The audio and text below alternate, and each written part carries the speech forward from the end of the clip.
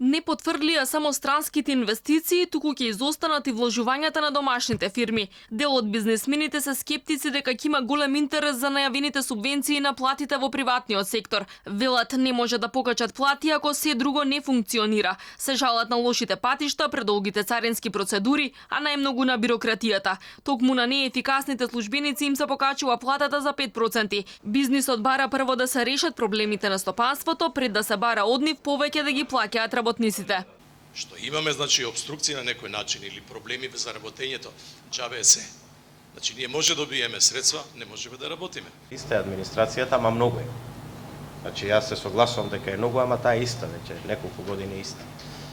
И за жал, таа иста прави исти проблеми.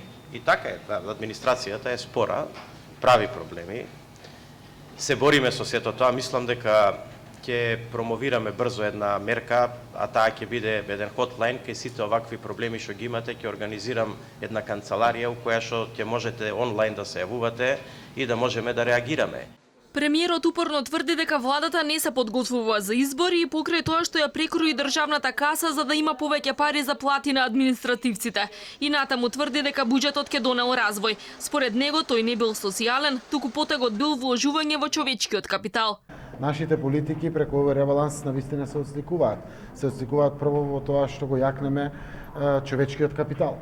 Имаме мотивација за подигање на платите, имаме социјални помошти кои што ги дигаме до 300%, детскиот додаток, социјалната државна пензија и слично, се дел од владината програма. Реално дури сега државата собра сили и капацитет да има финансиска можност без задолжување да ги имплементира сите овие мерки.